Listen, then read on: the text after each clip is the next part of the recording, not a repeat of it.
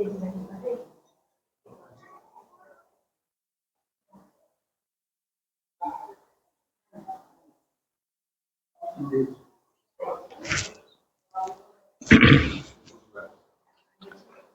are the lotus feet of the Divine Mother. Karunamai Ma, Param Prabhu Sri Aurobindo, Satasamanya Kunyopa, Nirupa, ଏବଂ ମୋ ସମ୍ମୁଖରେ ତଥା ମଞ୍ଚରେ ବସିଥିବା ଭାଇମାନେ ଏବଂ ମୋ ସମ୍ମୁଖରେ ଥିବା ସମସ୍ତ ଦିବ୍ୟ ବିଷୁ ମାତୃ ସନ୍ତାନ, ଯୋଉ ବିଷୟବସ୍ତୁଟି ମୋ ପାଇଁ ବୋଧେ ବଛା ହେଇଛି, ଆଧ୍ୟାତ୍ମିକତା ହିଁ ନାରୀର ଭୂଷଣ, ଏଇଆ ନା?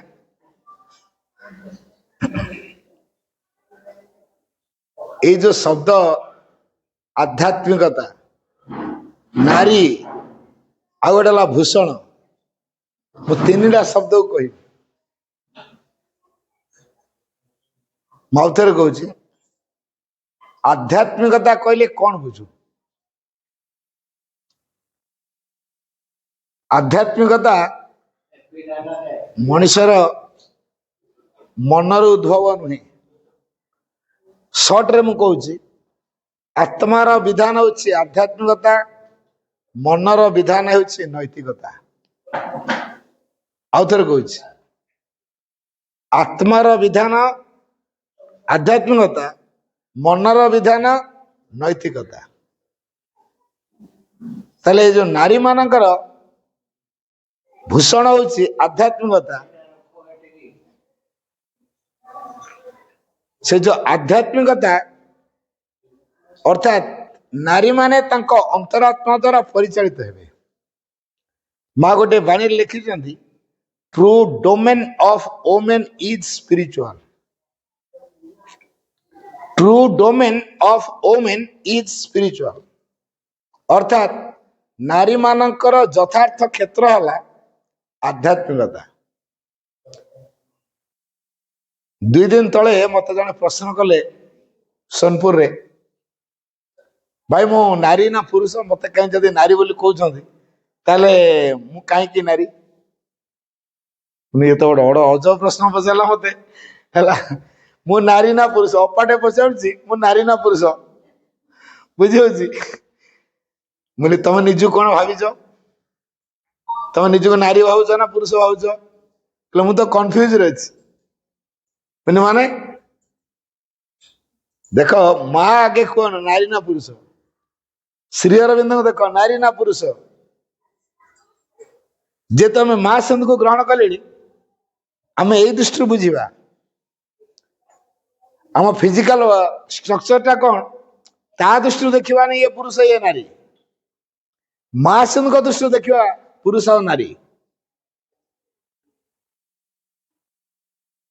ମା କହିଲେ, you must remember one thing, ଗୋଟିଏ କଥା ତୁମେ ନିଶ୍ଚିତ ମନେ ରଖିବ, Shri Aurobindo and myself are one. Shri Aurobindo ଓ ମୁଁ ହଉଛୁ ଏକ। ତାହେଲେ ଆମେ କହିବା ପୁରୁଷ ଅଲଗା ନାରୀ ଅଲଗା, କେମିତି ହବ? ଯଦି ମା ନିଜେ କହୁଛନ୍ତି ଶ୍ରୀ ଅରବିନ୍ଦ ମୁଁ ହଉଛୁ ଏକ, ତାହେଲେ ଆମେ ତାଙ୍କୁ ପୁରୁଷ ନାରୀରେ ଡିଭିଜନ କଲେ ଭୁଲ ହେଇଯିବ।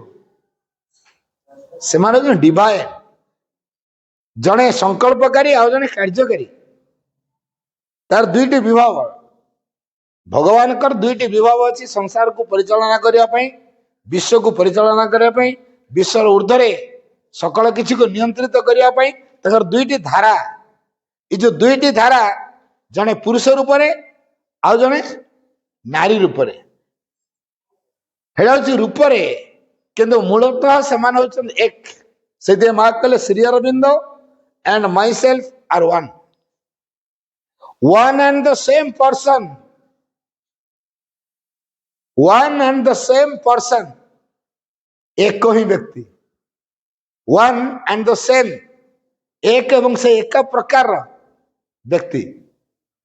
ମା ଯିଏ ଶ୍ରୀ ଅରବିନ୍ଦ ସିଏ। ଆମେ କିନ୍ତୁ ଡିଭିଜନ କରିଦଉଛୁ, ମାଙ୍କ ଫଟୋ ଆଣିଲ ଶ୍ରୀରବିନ୍ଦ କାହିଁ ରଖିଲ ନାହିଁ? ଗଲା ଆମର ଗୋଳମାଳ ହେଇଗଲା, ଅଶୁଦ୍ଧ ହେଇଗଲା। ହେଲା, ଫଟୋଟେ ଯଦି ପାର୍ସଲ କରୁଛୁ, ଖାଲି ମାଙ୍କ ଫଟୋ ରଖିଛୁ, ଖାଲି କଣ ଗୋଟେ ନାଣ୍ଡିଆ କରିକି ମାଙ୍କ ଫଟୋ ରଖିଛ? ସବୁବେଳେ ଯୋଡି ହେଇକି ରଖିବା କଥା ନା, ଆଉ ମାଙ୍କର ପୁଣି ଶ୍ରୀ ଅରବିନ୍ଦଙ୍କର। जदि माँ को अच्छी श्रीमुख नाई गला आमर वेद अशुद्ध हो गला कुआड़ खोजिक जाकि आण गोटे फोटो ये यहाँ हूँ आम मानसिकता आम संकीर्णता यहाँ आध्यात्मिकतार सूचक नुहे तेणु माँ एवं श्री अरविंद होते एक व्यक्ति एक चेतना one and the same person one and the same consciousness माँ को चेतना जहाँ श्री अरविंद को चेतना से एक चेतना चेतना एक व्यक्ति रूप एक ताल अलग आम कौ दृष्टि कर व्यक्तित्व दृष्टि एक चेतना दृष्टि एक साधना एक तेना आम अलग कौ दृष्टि करुचे फिजिकल पोस्चर फिजिकल स्ट्रक्चर रु आम डिविजन कर देचु कारण आम जो पृथ्वी भीतर को आसीचु ये पृथ्वी हूँ अज्ञानतार एक पिंड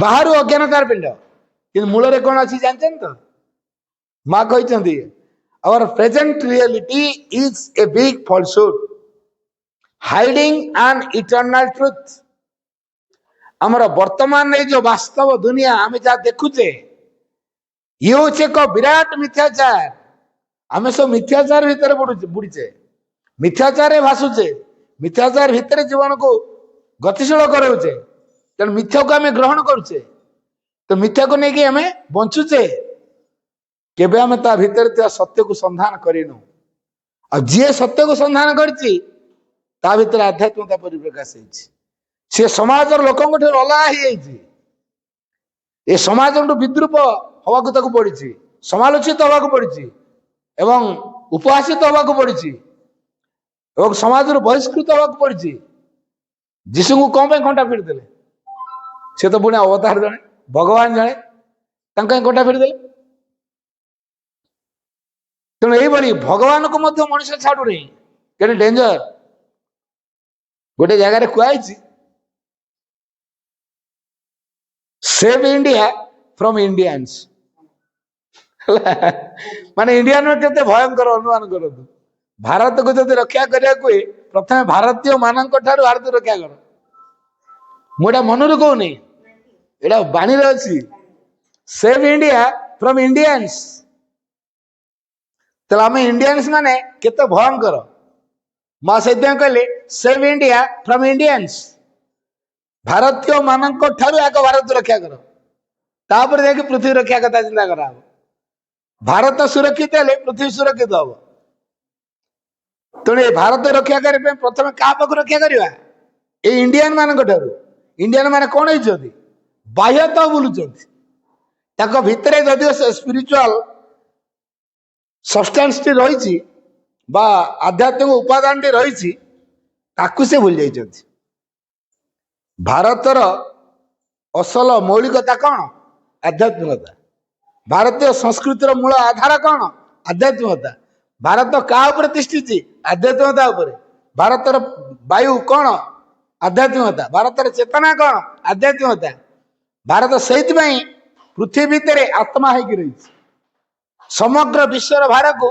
से स्कंदे बहन करी आम समस्त दुर्गास्त्र पढ़ुचे ताले एते शक्ति से कौट पाई केवल आध्यात्मिकता तेणु भारतर मौलिकता भितर मूल निर्यास भितर आध्यात्मिकता अच्छी आम से मूल निर्यास खोजुनु उपर भाषुच बाहर कौनटा देखा नहीं विमोहित हो समुद्र को देखुचु समुद्र पृष्ठटा कौन तरंगपूर्ण जदि पचारे जो समुद्र स्थिर ना अस्थिर आम कौन उत्तर दवा कह अस्थिर तरंगपूर्ण जीरो पाइबा जीरो पाइबा प्रकृति में समुद्र अस्थिर नुहे तरंगपूर्ण नुहे समुद्र पृष्ठटा तरंगपूर्ण समुद्र नुहे समुद्र पृष्ठटा समुद्र जोड़ा कहे केते गभीर भीतर को जाइए समुद्र आम से गभीर भीतर जाइए जो समुद्र गभीरता भीतर को प्रवेश करवा देखिए समुद्र केते शांत केते स्थिर आम बाहर देखते कौन रूप देदेल ना समुद्र हूँ अस्थिर यहाँ बाह्य दृष्टि अपाके सुंदर भाव गोटे कथा कहते शिक्षा बहिर चैत्य शिक्षा भितर अच्छी चैत्य जागरण भितर से आ गोटे जिनस अच्छी बाह्य रूप को देखी सत्य तार विचार करिबो नाही କାରଣ ତା ଅନ୍ୟ କିଛି ବ୍ୟକ୍ତ କରିବାରେ ଆମକୁ ପ୍ରେରଣା ଦେଇଥାଏ। ଯଥାର୍ଥ ସତ୍ୟ ଉପର ଠାରୁ ଦୃଷ୍ଟି ଠାରୁ ବହୁ ଦୂରରେ ରହିଯାଏ। ତେଣୁ ଆମେ ବାହାରୁ ଦେଖି କାହାକୁ କିଛି ବିଚାର କରିବାନି। ବାହାରେ ଜଣଙ୍କର ଚାଲି ଚଳନା ଆଚାର ବ୍ୟବହାର ୟାକୁ ଦେଖିକି ଆମେ କେବେ ଜଜ୍ କରିବାନି। କାହିଁକି? କାରଣ ଦି ମୋର ୱାନ୍ ଜଜେସ୍ ଅଦର୍ସ, ଦି ମୋର ୱାନ୍ ଇଜ ଇଗ୍ନୋରାଣ୍ଟ। ଜଣେ ଯେତେ ଅନ୍ୟକୁ ବିଚାର କରିବାକୁ ଯାଉଥିବ ସେ ସେତେ ଅଜ୍ଞତା ଭିତରେ ରହିଥିବ। ଜଣେ ଅଜ୍ଞାନତା ଭିତରେ ବୁଡି ରହିଲେ ସେ ଅନ୍ୟକୁ ବିଚାର କରିବାକୁ ଯିବ। ତେଣୁ ଆମ ଭିତରେ ଅନ୍ୟକୁ ବିଚାର କରିବାର ବୋଧଟି ନ ରହୁ, ବାହାରୁ ଦେଖିକି ବିଚାର ନ କରାଯାଉ। ସତ୍ୟଟା ଆମ ଭିତରେ ଅଛି, ସେ ଗଭୀରତମ ସ୍ତରକୁ ଆମକୁ ଯିବାକୁ ପଡିବ। ସେଥିପାଇଁ ମା କହିଲେ our present reality is a big falsehood hiding an eternal truth. ପୁଣି ମା ଆଉ ଗୋଟିଏ କଥା କହିଲେ,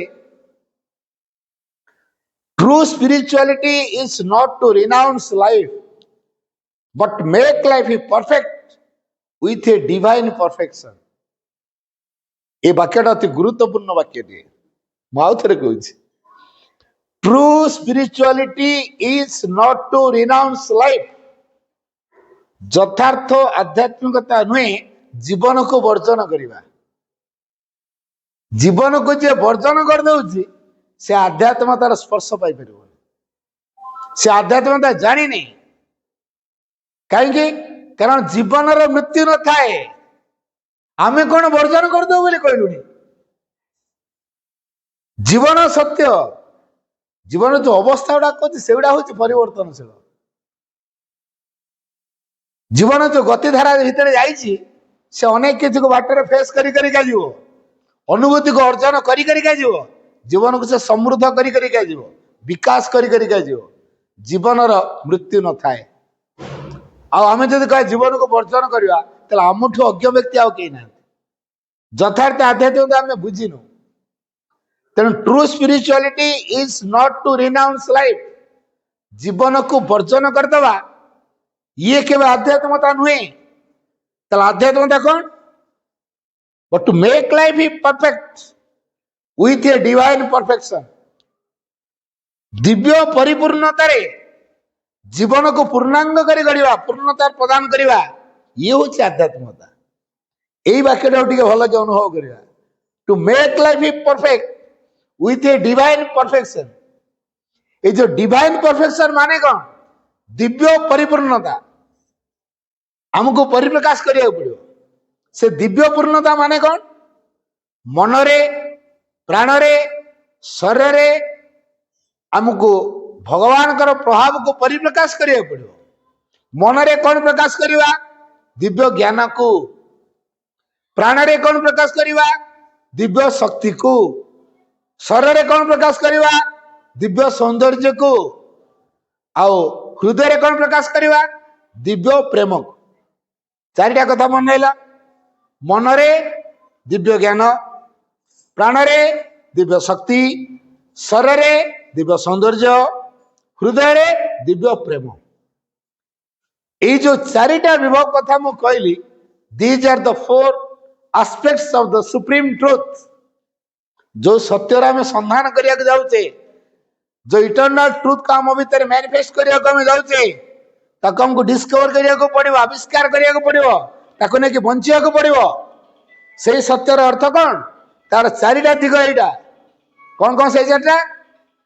मनरे दिव्य ज्ञान, प्राणरे दिव्य शक्ति, शरीर दिव्य सौंदर्य, हृदय दिव्य प्रेम। जदि चारिटा कथा को आम गुरुत्व देनु ताले आम जीवन में आध्यात्मिकता परिप्रकाश हम नहीं।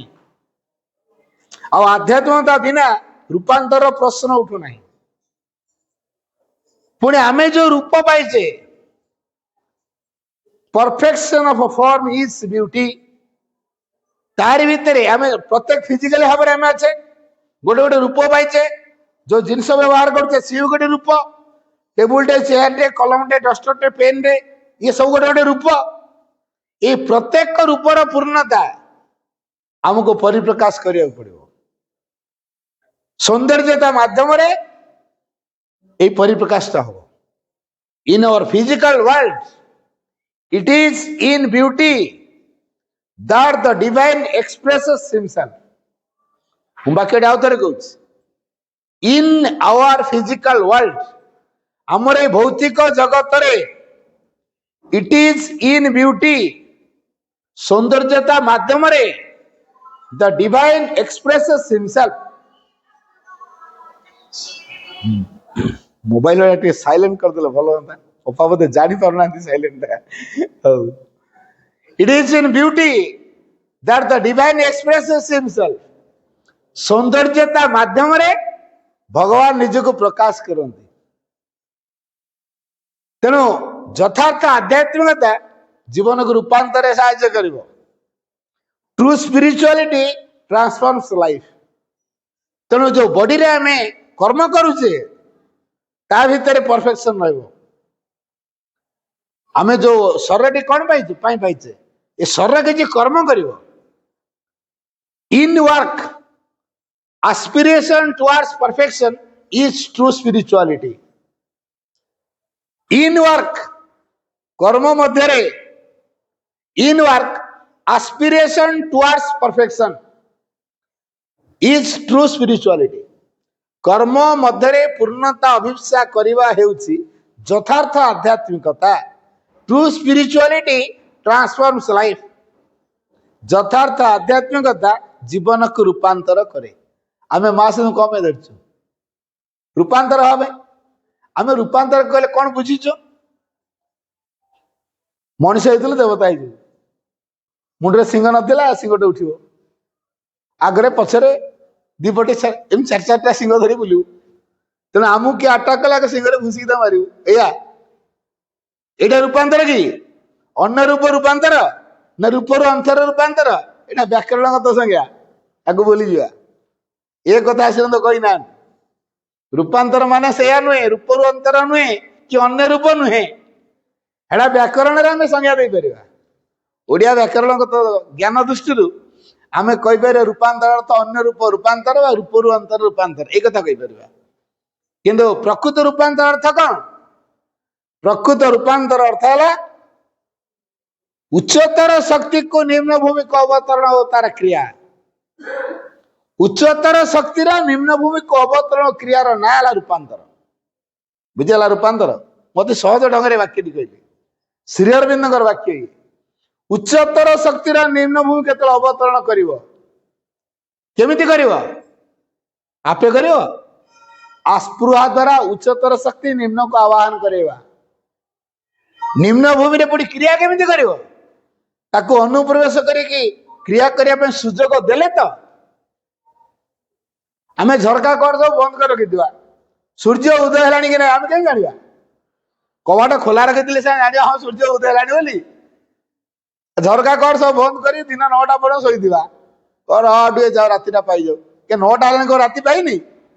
ଆମେ ବା ଝରକା କବାଟ ବନ୍ଦ କରିକି ବସିଛୁ, କେମିତି ଜାଣିବୁ? ତେଣୁ ଆମେ ଜାଣିପାରୁନୁ। ତେଣୁ ଯୋଉ କ୍ରିୟା କରିବାକୁ ହେଲେ ପ୍ରଥମ ସର୍ତ୍ତ କଣ? ଆସ୍ପିରେସନ।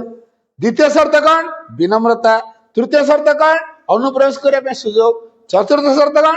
କ୍ରିୟା କରିବାରେ କୌଣସି ପ୍ରତିବାଦ ନଥିବ। ଯଦି ଭଗବାନ ଆମ ଭିତରେ କ୍ରିୟା କରୁଛନ୍ତି, ତାଙ୍କ ଶକ୍ତି ଯଦି ଆମ ଭିତରେ କ୍ରିୟା କରୁଛି, ତାହେଲେ ଆମର କିଛି ପ୍ରତିବାଦ ରହିବ ନାହିଁ। ଯଦି ଆମେ କହିଲୁ ନା ମୋର ଏଇଟା ହେଲା ନାହିଁ, ସେଇଟା ହେଲା ନାହିଁ, ଏଇଟା କାହିଁ କଲ ନାହିଁ, ତମ ପାଠଚର ଆଉ କରିବିନି। ତମ ଇମ୍ପୋର୍ଟାନ୍ସ କମେଇବି ବୁଲି ବୁଲିକା। ତମେ ଆଉ କେତେ ଇମ୍ପୋର୍ଟାନ୍ସ ଦେଖେଇବ? ମୁଁ ବୁଲି ବୁଲିକା ପାଠଚର କରୁଛି, ତାପରେ ମୋ କଥା ତମେ ଶୁଣିବନି, ତେଣୁ ତମ ପାଠଚର ଆଉ କରିବିନି।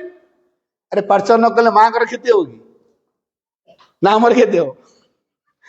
ଯଦି କହିବି ମା ମୋର ଏଇ କାମ ପୂରଣ କଲେନି, ମୁଁ ଏତେ ଏତେ ଡାକିଲି ତଥାପି ମୋ କଥାଟା ଶୁଣିଲେନି, ଏ ମାଙ୍କୁ ଡାକି ମୋର ଲାଭ ନାହିଁ, ପାଠଚର କରି ମୋର ଲାଭ ନାହିଁ, ତେଣୁ ମୁଁ ଆଉ ଏ ପାଠଚର କରିବିନି।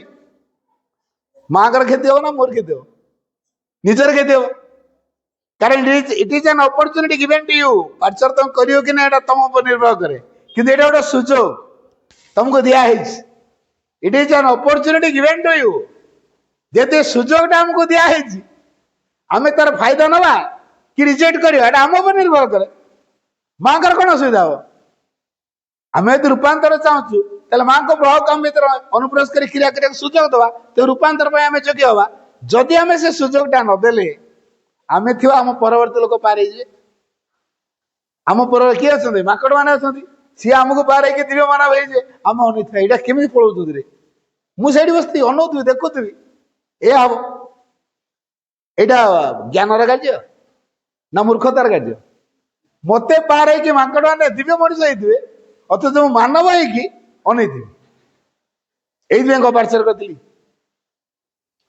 मानव दिव्य मानव हाँपाई मुझे अभिप्सा रखी तेणु प्रथम शर्त कौन कहली अभिप्सा द्वितीय शर्त कौन कहली विनम्रता विनम्रता ना से आम भर पेनिट्रेट हेनी मुझे कहली विनम्रता कठोर जदि भितरटा डाकुवा कि भितरटा कठोर कर है सी आम भर प्रवेश कर माँ को डाकुचे कि भितर को कठोर कर देचे तेनाली भितर प्रवेश कर पारुनी तो भितर को नम्र करवा कि वीर शक्ति नम्र हे भगवान का प्रभाव प्रति विनम्रता समस्त प्रति नम्र कले तो वीर शक्ति आम भर प्रवेश कर विरोधी शक्ति को कठोर हवा भगवान को प्रभाव प्रति विनम्र हवा आ जदि भगवान को प्रभाव प्रति कठोर प्रकाश कले से आम भर प्रवेश कर रूपांतर बाट तैयारी हेनी तेणु आम आम निज असुविधार कारण हवा तेणु विनम्रता शब्दटा कहले आम कौन बुझू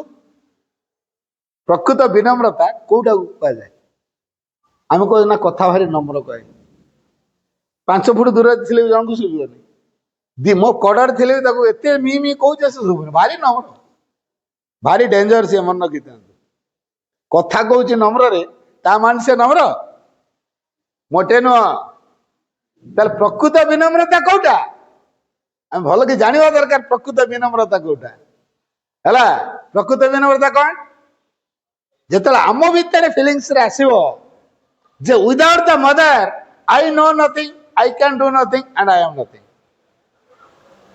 बुझीगला मुझे कहूँ जिते आम भितर बोध आसो जे without the mother I know nothing I can do nothing and I am nothing माँ बिना मु किसी जानी नहीं मु किसी करि परिबि नहीं एवं मु किसी नु यही बोध होची विनम्रता है मन है 3टा कथा माँ बिना मु किसी जानी नहीं माँ बिना मु किसी करि परिबि नहीं माँ बिना मु किसी नु यही बोधरे बंचिवा होची विनम्रता तो आम भर यही बोध तैयारी कि विनम्रता नहीं तृतीय शर्त कौन कहली अनुप्रवेश करी क्रिया कर बाट छाड़ा ना द्वार बंद करवा ओपननेस रहा दरकार ये ओपनिंग माने कौन श्रीअरविंद पचरा what do mean by opening Sri Aurobindo को पचरा what do you mean by opening opening कहले अपन कौन बुझाते आम बता श्रीअरविंद कहले opening means to feel the mother near and within to receive everything of the mother in you, to act in you, to feel that the mother is doing everything. एटा होची opening माउथरे कहूची opening माने उन्मिलन opening रे ओडिया हला उन्मिलन कौन है उन्मिलन उन्मिलन रो अर्थ हला to call in her force सिंध कहता मो फोर्स गुडा काई कहले हर फोर्स कारण क्रियात्मिका शक्ति होती माँ संकल्पकारी शक्ति हेले प्रभु प्रभु संकल्प कर माँ कार्य रूप देवी परम जहाँ इच्छा कर संकल्प कर माँ कार्य रूप देवे ए दृष्टि आम माँ को शक्ति को डाक to call in her force and let her work in you एवं ताकू आम भितर क्रिया करने सुजोग दबा दिस इज ओपनिंग या ना होचे ओपनिंग तामाने मां को शक्ति को आवाहन करी आनिबा एवं ताको क्रिया करिया पय आम भितर सुजोग दबा या ना होचे ओपनिंग हला ए जो मां कर प्रभाव to call in efforts later working ता द्वारा कौन रिजल्ट हबो आम भितर मां को हम डाकुचे मां को प्रभाव आम भितर कार्यकारी होचे जाबल आम भितर मां को उपस्थिति को हम अनुभव कर पारछे to feel the mother near and within सहज कथा नुहे बाबाजी गोटे कथा कहले आज पालन कर बाबाजी महाराज मत छोटिया कथा कही आमर हते जीवनटा बीती जो आम कर कौन कहते निरंतर माँ ए नाम जप कर हम निरंतर माँ ए नाम जप कर ये गोटे कथा हो पार जप हो कि निरंतर आ कौन साधना हो पार नहीं निरंतर शब्द आम पड़े जप करटा हो निरंतरटा हो कारण जो इच्छा हो जपुचु ना तेनाली जपटा हो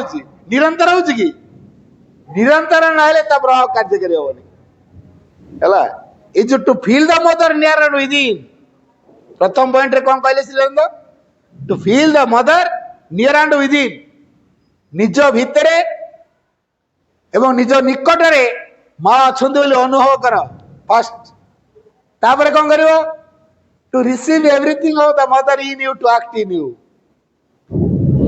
अर्थात to receive everything of the mother मां सबु कथा को ग्रहण करवा ये टू एक्ट इन यू तम भितर से कार्यकारी हम बोली तेरे मां प्रभाव आम भितर कार्यकारी हम बोली आम कौन करवा मां सकल प्रभाव को ग्रहण करिया सकल प्रभाव भितर कौन कौन मु चारिटा मुख्य कथा कहि कहीं मुख्य कथा कहि कहना आम सब मनुष्य गोटे बध धारणा भितर अच्छु कौन से ब्लैक will take no other you इंग्रेजी प्रोभरटा मुझे कहीदेली तार ओडिया कौन अंगार सत धोते ना बड़ी नत्र न जाए बुझी black will take no other you अर्थात मत जिते माठियो माठ मुझे दरपड़ा काट है मत जिते माठुच माठ मुझे दरपड़ा काठ होगी जब मुझे दरपड़ा काठ होगी बदलवार चांस ना ये धारणा बंचुचु कि नहीं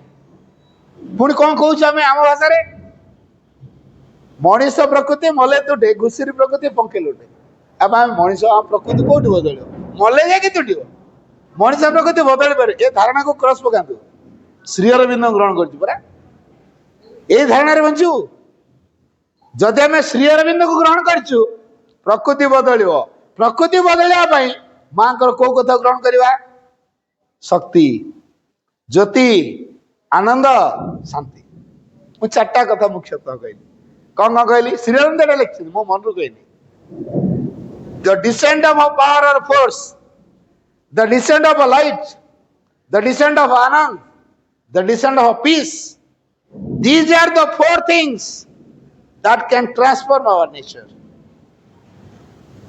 चार्टा कथा आउ थे कहूँ द डिसेंट ऑफ पावर और फोर्स संक्षेप रे कहले शक्तिर अवतरण द डिसेंट ऑफ लाइट ज्योतिर अवतरण द डिसेंट ऑफ आनंद आनंदर अवतरण द डिसेंट ऑफ पीस शांतिर अवतरण शक्ति ज्योति आनंद शांति ये चारिटा कथार अवतरण हेले Sri Aurobindo these are the four things that can transform your nature that can transform your nature ये चारिटा कथा आम प्रकृति को बदल तेणु माँ पाखे चार्टा कथा मागिबा शक्ति ज्योति आनंद शांति माँ को ये मागिया धन दियो पुअर चाकरी कर दियो मो झील बढ़िया कैंडिडेट जुटे दियो आ मोर टाउन भितर बढ़िया फ्लाट गोटे पुरे टंका दे दे पंडिचेरी दुईटा फ्लाट किणा हम भुवनेश्वर गोटे फ्लाट किणा हम दिल्ली आश्रम मीरांबिका पाखे गोटे फ्लाट किणा हम तेणु गोटे दे पुरी भी गोटे किणा हो जगन्नाथ धाम अच्छी ना तेना पुरी भी गोटे किणा हम बुझे तेना यह सब दे आम एटा मागुचु केवे शक्ति ज्योति आनंद शांति मागुचु केवे मागी पारु तेना आम मां कौन मागिया कथा शक्ति ज्योति आनंद शांति है मां को उपस्थिति को सबु समय बलवती के रखा सूत्र देइछन्ति कौन कहले never try to forget me because by remembering me my force and presence become effective मां कौन कहले never try to forget me मते भूली जा को कदापि चेष्टा करिवु नहीं बिकॉज बाय रिमेम्बरिंग मी मते मने पकेबा द्वारा माय फोर्स एंड प्रेजेंस मोर शक्ति एवं उपस्थिति बिकम इफेक्टिव बलवती वा क्रियाशील हुए। तेणु जो मां को बारंबार मन पकेवा द्वारा मां उपस्थिति और मां शक्ति आम भितर क्रियाशील हुए। मां का शक्ति क्रियाशील हेले आमे मां को उपस्थिति को अनुभव कर परिबा। श्री अरविंद कौन कहले? ये तो मां निज तरफ कहले। श्री अरविंद कौन कहले? श्री अरविंद कहले bye constant remembrance of the mother and open towards her help, this is the best way of not feeling far from her. हला ए मां कठू दूर रे अनुभव न करिवार अर्थात निकट रे अनुभव करिवार बेस्ट उपाय कोन? By constant remembrance of the mother. मां को निरवच्छिन्न भाव रे स्मरण करिवा and open towards her help. मां को सहायता प्रति निजको खोली धरिवा। यही कथाटी आम करिया पड़ो। By constant remembrance of the mother मां को निरवच्छिन्न भाव रे स्मरण करिवारे and open towards her help एवं मां को सहायता प्रति निजको खोली धरिवा। ये दीटा काम रे मां को उपस्थिति हम बलवती करि परिवा। तम प्रथम कथा कौन कहली? To feel the mother near and within. ता सूत्र हला निरवच्छिन्न भाव मां को स्मरण करिवा एवं मां को उपस्थिति को बलवती करि परिवा। द्वितीय कौन कहला? To receive everything of the mother in you, to act in you. से जो एवरीथिंग भीतर हमर चारटा मुख्य कथा दरकार। शक्ति, ज्योति, आनंद, शांति। से हम प्रकृति को बदलेबो। अच्छा हम प्रकृति बदलिया कौन आवश्यक अछि? काहेकि divine work through your nature and according to your nature. If your nature is imperfect then the work will be imperfect. ये श्री अरविंदर वाक्य माउथरे कहछि। आमे कहीं आम प्रकृति को बदलिया चाहिए क्या? दिव्य कर्मटा आम प्रकृति द्वारा होता है। Divine work through your nature and according to your nature. आम स्वभाव जो प्रकार आम प्रकृति का प्रकृति जो प्रकार कार्य ठीक से प्रकार हो। जदि प्रकृति आम दिव्य हो गला तर दिव्य प्रकृति दिव्य कार्य, जदि अदिव्य हो गला अदिव्य प्रकृति अदिव्य कार्य। तेणु प्रकृति बदलवा दरकार। तेणु डिवाइन वर्क आम करवा जो प्रकृति अनुसार करवा से तो श्रीरंद कहले divine work through your nature and according to your nature. If your nature is imperfect, जदि तुम प्रकृति अपरिपूर्ण बा शुद्धिकरण है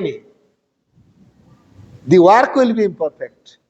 ताले आम द्वारा जो कर्म हम सी इम्परफेक्ट हो, सी अपरिपूर्ण हो। आ माँ से कौन चाहिए? परफेक्शन ना इम्परफेक्शन? परफेक्शन चाहिए। आम जदि जीवन लक्ष्य रखीचु परफेक्शन, ताले परफेक्शन केते हम? आम प्रकृति आग परफेक्ट हवा दरकार। प्रकृति परफेक्ट कौन करिया दरकार? ये शक्ति, ज्योति, आनंद, शांति को चाहिए दरकार। तृतीय कथा कौन कहले? To feel that the mother is doing everything. To feel that the mother is doing everything. अनुभव करवा माँ मो भीतर सब कर। खाली नारी माने एक कथा चिंता करिए नुह, प्रत्येक मानव सत्ता एक कथा अनुभव करिए मो भीतर माँ ही क्रिया कर। जन साधक माँ के पाखे बहुत दिन रहा पर पचरा, अच्छा आपण ये जो डिवाइन मदर विश्वास कर? हाँ केमिति प्रमाण कौन झल पाई? आम जो प्रकार प्रकृतिर लोक आमरी भाया लोक मान से सहयोग कर प्रमाण। Mother as talented us, talent people like us, so see the divine mother. माँ आमरी भाया लोक मान सहयोग कर दिव्य जननी। केते भयंकर लोक आम चिंता करत। आमे माने केड़े केड़े भयंकर भयंकर लोक सब कहार प्रकृति केड़े मारात्मक तापर भी से आम को सहयोग कर से दिव्य जननी। तेना आमरी भली लोक मान को माँ जदि ग्रहण कर से डिवाइन मदर नुहे। अन्य कहीं सहबे नहीं, सीधा पनिशमेंट देदेवे। कि माँ आमको पनिशमेंट देना कोले नहीं, सुधारिया प्रचेषा करेणु से डिवाइन मदर।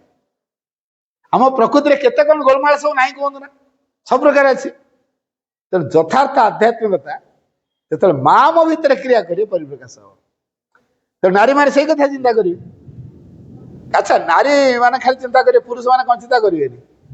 ଆମେ ଡିଭିଜନ ବରାବର କରୁଛୁ ନା, ଇଏ ନାରୀ ଇଏ ଡିଭିଜନ, ଆଉ ନାରୀ ଠିକ ହେଲେ ପୁରୁଷ ବଦଳିଯିବ ଏ ଆମେ ଭାବୁଛୁ।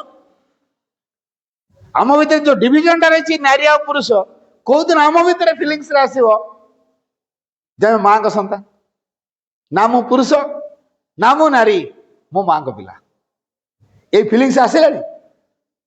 ଏଇ ଫିଲିଙ୍ଗସ ରେ ବଞ୍ଚିଲେ ସାଧନା ଆରମ୍ଭ ହବ। ମୁଁ ପୁରୁଷ ନୁହେଁ କି ମୁଁ ନାରୀ ନୁହଁ, ମୁଁ ମାଙ୍କ ପିଲା। ଏଇ ଫିଲିଙ୍ଗସ ରେ ଯୋଉଦିନ ବଞ୍ଚିବା ସେଇଦିନଠୁ ସାଧନା ଆରମ୍ଭ ହବ। ମୁଁ ପୁରୁଷ ନୁହେଁ କି ମୁଁ ନାରୀ ନୁହଁ, ମୁଁ ହଉଛି ମାଙ୍କ ପିଲା। ତେଣୁ ସେ ଅପାଟି ମତେ ପଚାରିଲା, ଭାଇ ମୁଁ ନାରୀ ନା ପୁରୁଷ? ତାକୁ ବୁଝେଇବାକୁ ଯାଇକି ମୁଁ ଏତିକି କଥା କହିଦେଲି ହେଲା। ଭାଇ କୁଆଡୁ ଏଇଟା ସବୁ ପୋଥି ରଖିଥିଲେ, କୁଆଡୁ ବାହାରିଲା ଏତେ କଥା? ମୋ ମୁଣ୍ଡ ଖାଲି ଟାଲ କରିଗଲା ଭାଇ ଆପଣଙ୍କ ଏତିକି କଥାରେ। ସେ ପୁଣି ଡାଇନାମିକାଲି ମା କାମ କରୁଛି, ସେ ଅଞ୍ଚଳରେ ସେ ଡାଇନାମିକ ଭାବରେ କାମ କରୁଛି। ଅଥ ତା ଭିତରେ ଡାଉଟ ଥିଲା, ମୁଁ ନାରୀ ନା ପୁରୁଷ କଣ ବୋଲି ପରିଚୟ ଦେବି? ତା ଭିତରେ ଡାଉଟ ଅଛି। ମୁଁ ଏବେ କୁହ ତମେ ନାରୀ ନା ପୁରୁଷ କଣ କୁହ? ନା ମାଙ୍କ ପିଲା। ହେଲା, ବାସ୍ ସେଇ ମାଙ୍କ ପିଲାକୁ ନେଇକି ବଞ୍ଚ, ନା ପୁରୁଷ ନା ନାରୀ। ଆଉ ଯେପର୍ଯ୍ୟନ୍ତ ଆମେ ପୁରୁଷ ନାରୀ ଡିଭିଜନ ଥିବା ହାରମୋନି ଆସିବନି। ସେ କାଟାଗୋରୀ ଆମ କାଟାଗୋରୀ। ଆଙ୍କ ନା ମହିଳା ପାଠ୍ୟଚକ୍ରର ସମ୍ମିଳନୀ କରୁଛି, ପୁରୁଷ ପାଠ୍ୟର ସମ୍ମିଳନୀ କୋଉଦିନ ହବ?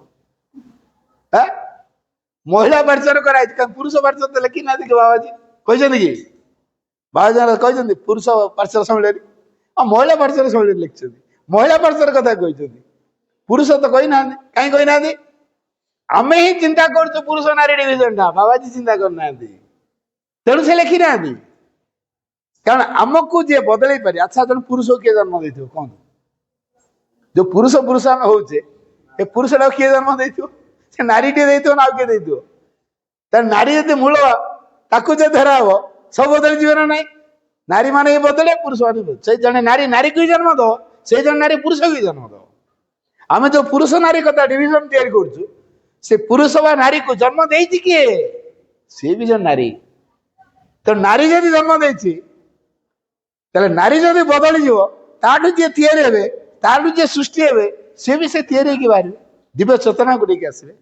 ତେଣୁ ସେଇଥିପାଇଁ ବାବାଜୀ ପୁରୁଷ ଆଉ ନାରୀ ଡିଭିଜନ କରୁନାହାନ୍ତି, କାରଣ ମୂଳରେ ହଉଛି ନାରୀ।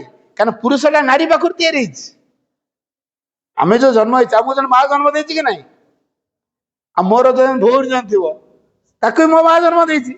ଯଦି ମୋ ମା ଦିବ୍ୟ ହେଇଗଲା, ତାଠୁ ଆମେ ତିଆରି ହେଲୁ, ସେ ଦିବ୍ୟ ପ୍ରଭାବକୁ ନେଇକି ତିଆରି ହବୁ, ତାହେଲେ ଆମ ଭିତରେ ଦିବ୍ୟ ତାର ପ୍ରଭାବ କାର୍ଯ୍ୟକାରୀ ହବ। ତେଣୁ ମାଟା ଆମର ବଦଳିବା ଦରକାର, ସେ ଆଗ ନାରୀ। ତ ନାରୀ ଯଦି ବଦଳିଯିବ, ପରିବାରର ଅନ୍ୟମାନେ ବଦଳିବେ, ତା ପିଲାମାନେ ବଦଳିବେ, ତା ପିଲାମାନେ ବଦଳିବେ, ତା ପିଲାମାନେ ବଦଳିବେ। ଏଇଭଳି ଭାବରେ ସଂସାର କ୍ରମ ଅନୁସାରେ ଧୀରେ ଧୀରେ ଧୀରେ ବଦଳିବ। ସେଇଥିପାଇଁ ନାରୀ ମାନଙ୍କର ଯଥାର୍ଥ କ୍ଷେତ୍ର ହବା ଦରକାର ଆଧ୍ୟାତ୍ମିକତା। ଏଇ ଯୋଉ କୁହାଯାଇଛି ନାରୀ ମାନଙ୍କର ଭୂଷଣ, ଭୂଷଣ ମାନେ କଣ? ଆମେ ବିଭିନ୍ନ ପ୍ରକାର ଅଳଙ୍କାରକୁ ପିନ୍ଧିକି ସଜେଇ ହଉଛୁ କି ନାହିଁ? କଣ ପାଇଁ? କଥାଟା ହଉଛି ସୌନ୍ଦର୍ଯ୍ୟତା ମାଧ୍ୟମରେ ଆମେ ଭଗବାନଙ୍କୁ ପ୍ରକାଶ କରିବୁ। ଏ ସୌନ୍ଦର୍ଯ୍ୟତା ମାଧ୍ୟମରେ ଭଗବାନଙ୍କୁ ପ୍ରକାଶ କରିବାର ଭାବଟା କାହା ପାଖରେ ଅଛି? ନାରୀ ପାଖରେ ଅଛି। ତେଣୁ ସେ ଯାହାକୁ ନେଇକି ସୌନ୍ଦର୍ଯ୍ୟରେ ପ୍ରକାଶିତ ହବ, ସେଟା ଗହଣା ନୁହେଁ କି ପାର୍ଲରକୁ ଯାଇକି ନୁହଁ, ଗହଣା ପିନ୍ଧିକି ନୁହଁ କି ପାର୍ଲରକୁ ଯାଇକି ମେକଅପ୍ ହେଇକି ଆସିବା ନୁହଁ। ନିଜ ଭିତରେ ଆଧ୍ୟାତ୍ମ ଚେତନାକୁ ଗହଣା ରୂପରେ ବା ଭୂଷଣ ରୂପରେ ସେ ପରିଧାନ କରିବ। ହଁ,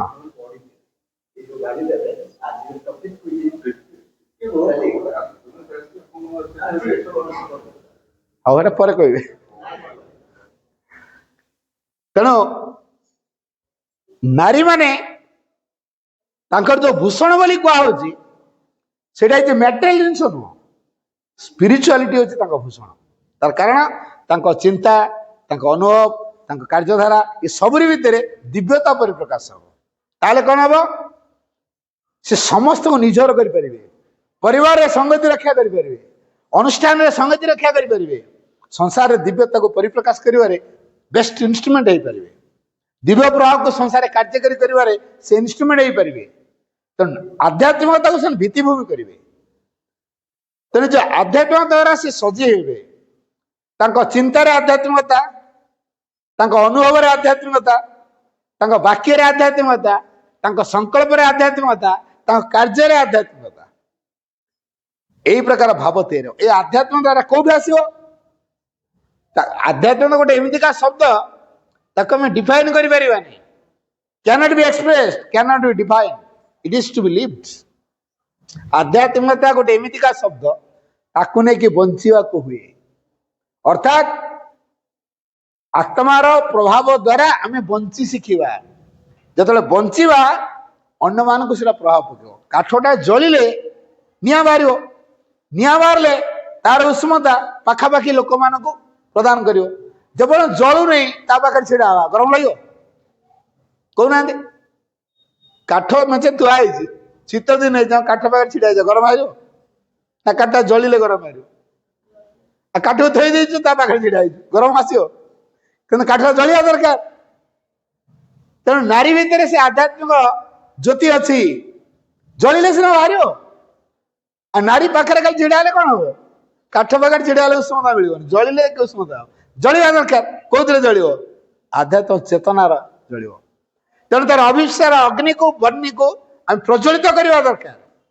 तेणु नारी माने भितर अभिशार अग्नि को प्रज्वलित करवा दरकार से अभिषा कौन भगवान को इच्छा करवा अन्य मान से कौ दृष्टि देखुवा दरकार इमान सब माँ का पिला गुड़ाक ये परिवार माँ का परिवार ये कार्य माँ का परिवार कार्य मु बासन मार्ची अपा कड़े सुंदर कहते मंदिर आने प्रसाद घरे बन प्रसाद होनी कहीं होनी भावना नहीं घरे जो करुचु भाव अच्छी कि मंदिर आने भावना अच्छी ये भाव जो डिफरेन्स हो गोटे बढ़िया कथा सी कहले सब बेसी काम किए करे नारी बेसी काम पुरुष मान अपेक्षा नारी मैंने बेसी काम करते नारी मैंने बढ़िया कर्मी सब जगह कह कथा आ नारी मैंने टुकुर मुकुर काम घर भितर करती जना पड़ती नहीं पुरुष मान बेसी काम करती केते दौड़ा दौड़ी घर भर हो पानी टैप पाक दौते रोसे करते बासन मारुए घर ओलौते छुआ खाई दौते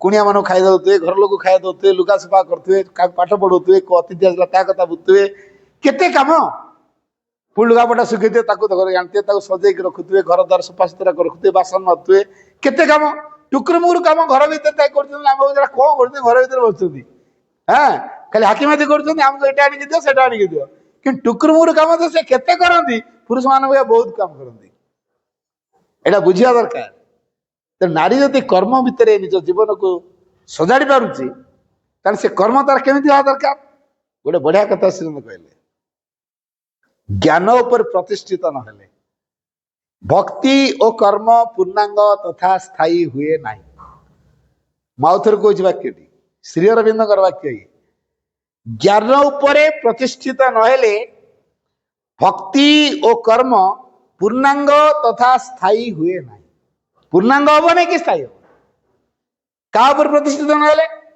ज्ञान उपर प्रतिष्ठित किए पूर्णांग हम नहीं कर्म हम नहीं ज्ञान पर प्रतिष्ठित न होचे ना भक्ति ना कर्म ये दीटा पूर्णांग हम कि स्थायी हम और नारी क्या द्वारा भगवान प्रभु काम कर भक्ति द्वारा भक्तिर अन्य ना कौन निवेदन उत्सर्ग आराधना पूजा यहाँ हूँ भक्ति आदर्श को जीवन में प्रतिफलित करवा या ना हूँ भक्ति भक्ति नुह फूल सजे दे धूप बंदे दूच एटा भक्ति नुह एटा डेकोरम एटा फिजिकल डेकोरम भितर भाव न कि डेकोरम बाहर डेकोरम कौन मिल मुझे कहे श्रीमंत गोटे बाणी अच्छी how much work you have done that doesn't matter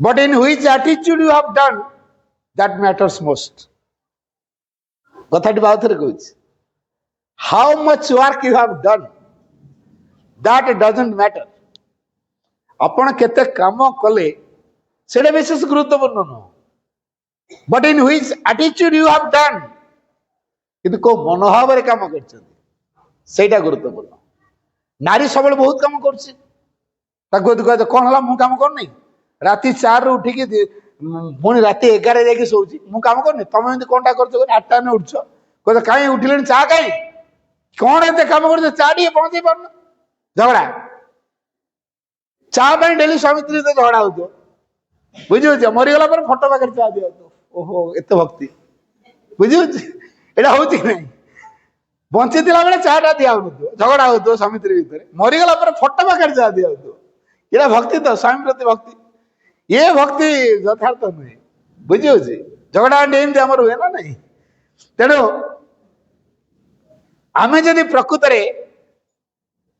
कर्म को आधार करछे तेना ए कर्म भितर भावटी को रखा तेना श्रीराम जो कथा how much work you have done तमे केते काम करछ केते काम राति 4 रु उठिकी राति 11 जाउछ सोयो हला तेणु माने 5 घंटा मात्र मु सोउछ समुदाय 24 घंटा भीतर मात्र 5 घंटा सोउछ तापर कहछ मु काम करनी हो देखा तुम रोल टे चेंज करिया मु जी ऑफिस तुम रहबो घरे देखिया काम करछि ना देखिबा बदल बदल करिया हबो पुरुष किछि काम करि परिबो ना रोसेटी आसीओ ना पानी टैप रु पानी रखी परिबो ना लुगाटी सफा करि परिबो ना निज खाइबाटा घर करि परिबो गैस टे लगे परिबो जे मो बढिया मु गैस आज पर लगे जानी बुझियो थोड़ा हाथ पड़ी गला लगे सौभाग्यवश तुम हाफ सार्ट पिंधि मुड़ा सब पड़गला लगे देती दिएसिल मारूँ लगे घाव कि झड़ला जे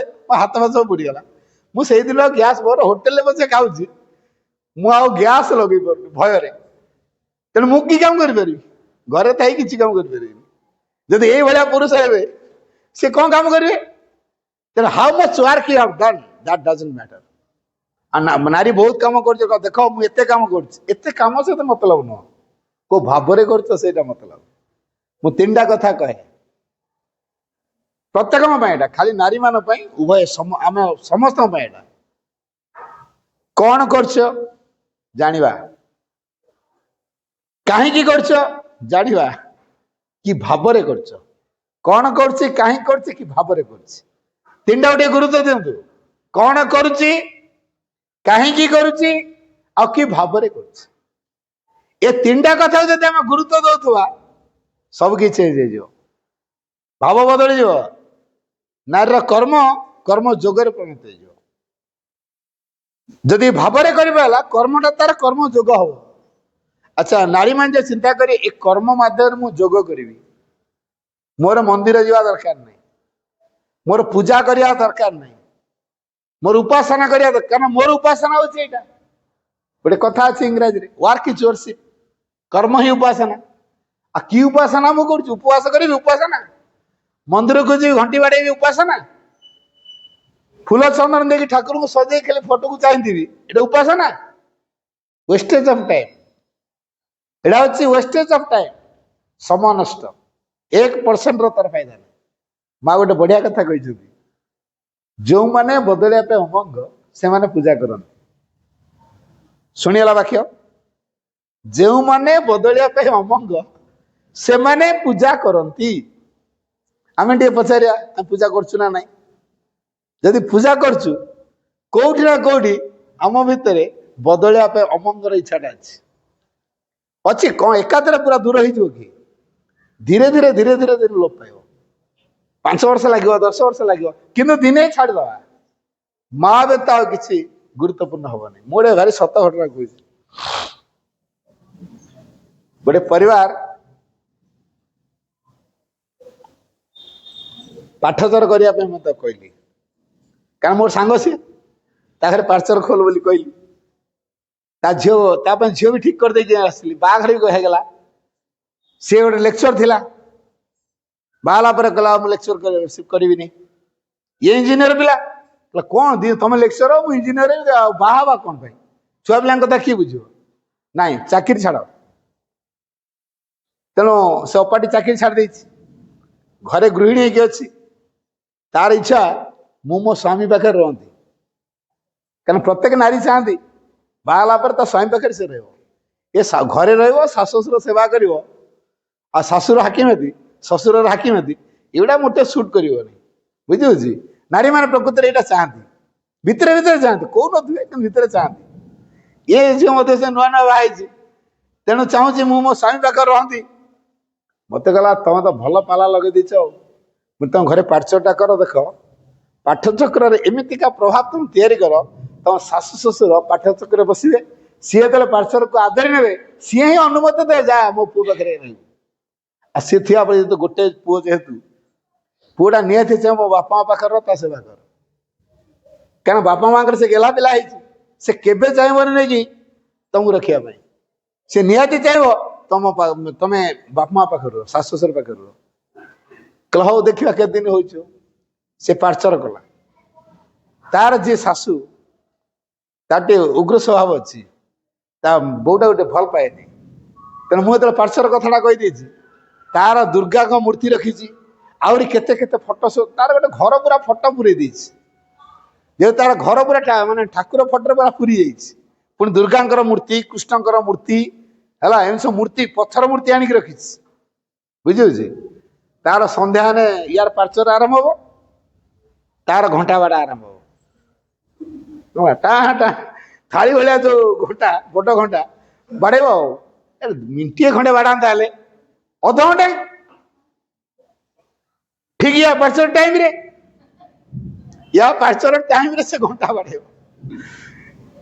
मत कहला फोन कर मो शाशु मो पार्चर समय घंटा बाड़ू बिगुड़ी मो उपरे मैंने गोटे काम कर तार घंटा बाड़ा सरले तमें दुर्गा स्तोत्रटा पढ़ बड़ पाटे पढ़ ताको शुणे शुणे पढ़ मात दुर्गे सिंह वाहिनी सर्वशक्ति देख पूरा फोर्स रे पढ़ से कला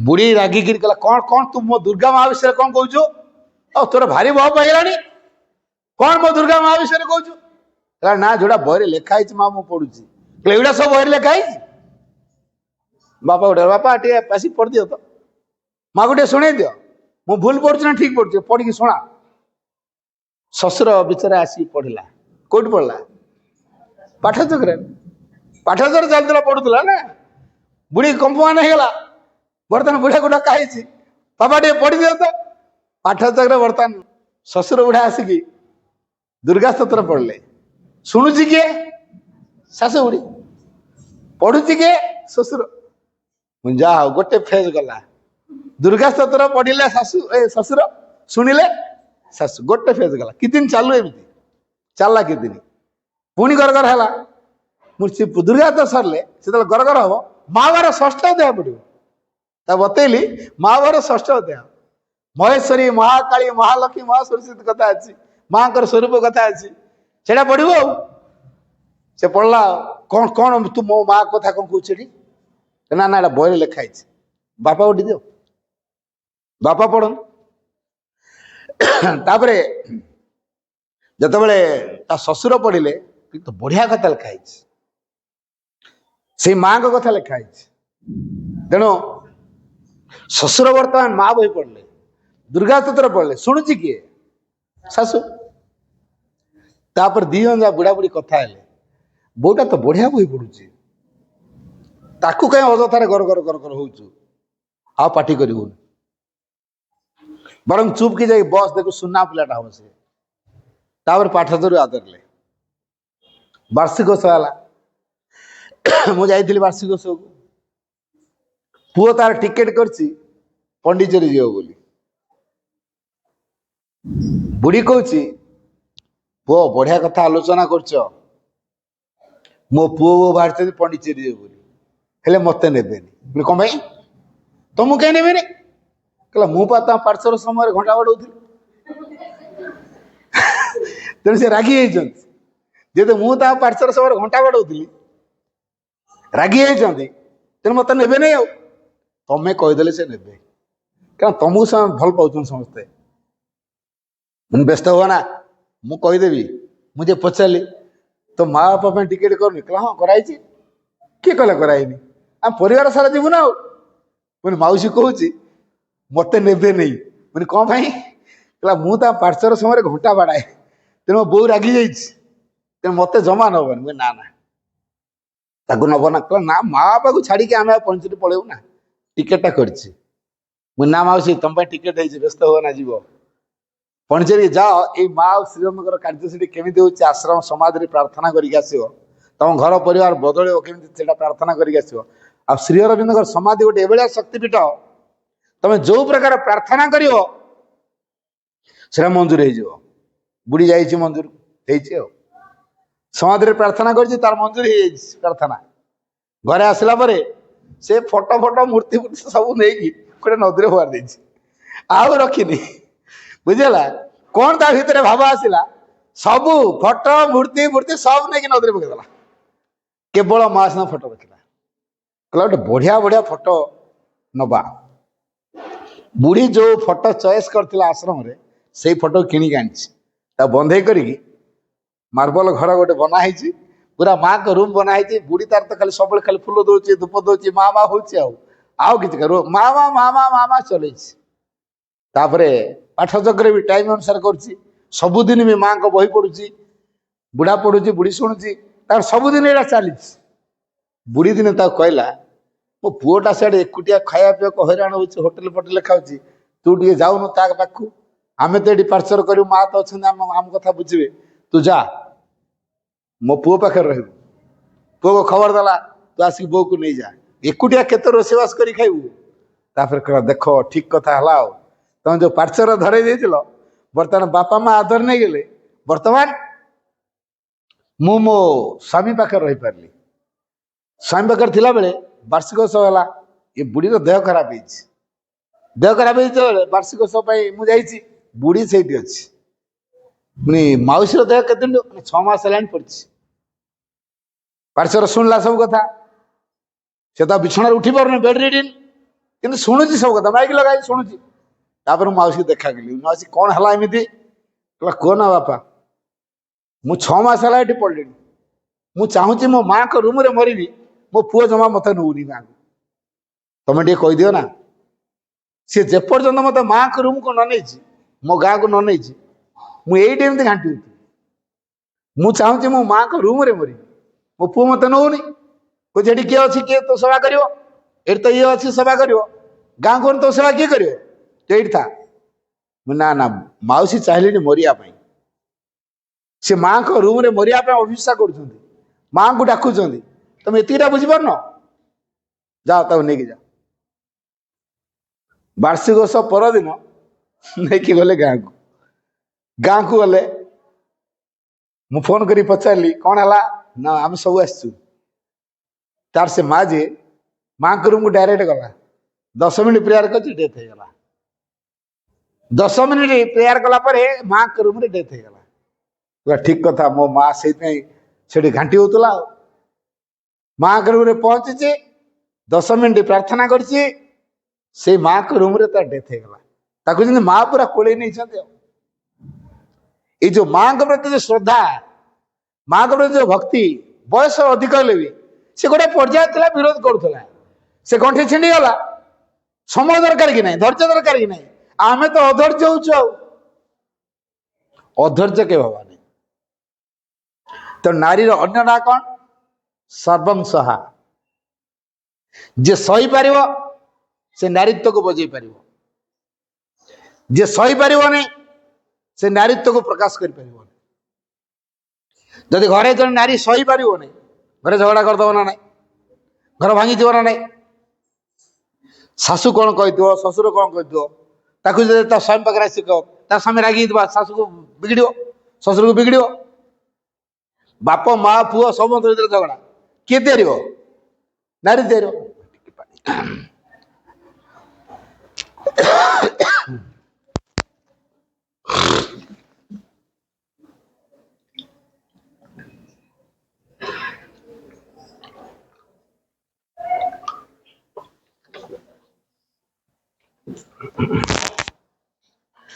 ତେଣୁ ନାରୀର ଅନ୍ୟ ନାଁ ହେଲା ସର୍ବଂ ସହା ନାରୀ ଯଦି ସବୁ କଥା ସହିପାରିବ ଘରକୁ ଯୋଡି ପାରିବ ଘରର ମେରୁଦଣ୍ଡ କିଏ ନାରୀ ଆଚ୍ଛା ଯଦି ମେରୁଦଣ୍ଡ ହେଲା ନାରୀ ସିଏ ଯଦି ଆଧ୍ୟାତ୍ମିକତାରେ ତିଆରି ହବ ତାର ପ୍ରଭାବରେ କଣ ହବ ପରିବାର ଆଧ୍ୟାତ୍ମିକତାର ବାତାବରଣ ତିଆରି ହବ ତା ପିଲା ଛୁଆ ତାର ଶାଶୁ ଶ୍ୱଶୁର ତାର ପରିବାରର ଅନ୍ୟ ସଦସ୍ୟ ମାନେ ତାକୁ ଅନୁକରଣ କରିବେ ଘରେ ଯଦି ଗୋଟେ ଲାଇଟ୍ ଜଳୁଛି ତାର ଘରର ଅନ୍ଧକାର ଦୂର କରିବା ପାଇଁ ଯଥେଷ୍ଟ କି ନାହିଁ କୁହନ୍ତୁ ଘରଟା ଅନ୍ଧକାର ହେଇଛି ଆମେ ସୁଇଚ ଟିପିଲେ ବଲ୍ବ ଜଳିଲା ଗୋଟେ ବଲ୍ବ ଜଳୁ ପଛରେ ଅନ୍ଧାରଟା ରହିବ କି ସେମିତି ପରିବାର ଯଦି ନାରୀଟି ତା ଦିବ୍ୟ ଚେତନାରେ ଯଦି ଉଜ୍ଜ୍ୱଳିତ ହେଇ ଉଠିବ ପରିବାର ଯୋଉ ଅଜ୍ଞାନ ରୂପକ ଅନ୍ଧକାର ଥିବ ଦୂର ହେଇଯିବ ନା ନାହିଁ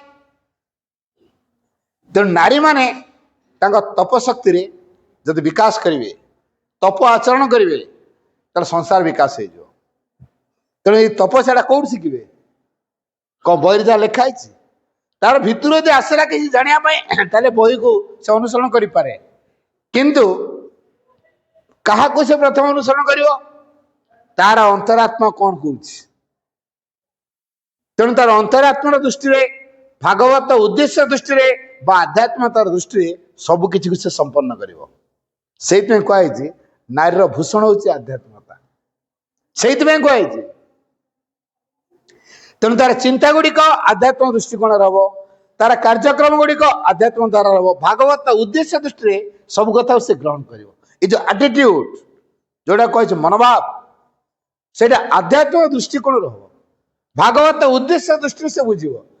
ତେଣୁ ନାରୀ ଯଦି ସବୁ କଥାକୁ ଭାଗବତ ଉଦ୍ଦେଶ୍ୟ ଦୃଷ୍ଟିରେ ବୁଝୁଛି, ସପୋଜ ଘରେ କିଛି ଗୋଟେ ଅନିଷ୍ଟ ହେଇଗଲା, ବାହ୍ୟତ ଅନିଷ୍ଟ, ନାରୀ କଣ ଚିନ୍ତା କରୁଥିବ? ନା, ୟା ପଶ୍ଚାତରେ ଭଗବାନଙ୍କର କିଛି ମହତ୍ଵ ଉଦ୍ଦେଶ୍ୟ ଥିବ। ମା ଗୋଟେ ସତ ଘଟଣା କହୁଛି। ଜଣେ ଗୋଟେ ଦୀକ୍ଷିତ ବ୍ୟକ୍ତି ତାଙ୍କର ଗୋଟେ ଆସ୍ଥାନ କରିଛନ୍ତି, ଅନୁକୂଳ ଚନ୍ଦ୍ରଙ୍କର ଦୀକ୍ଷିତ। ତାଙ୍କର ଦୀପଟି ଲଗେଇଛନ୍ତି। ଝିଅଟି ତାଙ୍କର ଗୋଟେ ଟେଲରିଂ ଶିଖିବାକୁ ଯାଉଛି, ସେ ପଳେଇଛି। ପୁଅ ତାର ଗୋଟେ ଜାଗାରେ କୁଆଡେ ଗୋଟେ କମ୍ପ୍ୟୁଟର କଣ ଶିଖୁଛି, ସେ ପଳେଇଛି। ଛୁଆଙ୍କର ମା ଯିଏ, ସେ ତାର ପାଣି ପାଇଁ ଟ୍ୟାପ ପାଖକୁ ଯାଇଛି। ଏ ସମୟରେ ମୂଷା କଣ କରିଛି,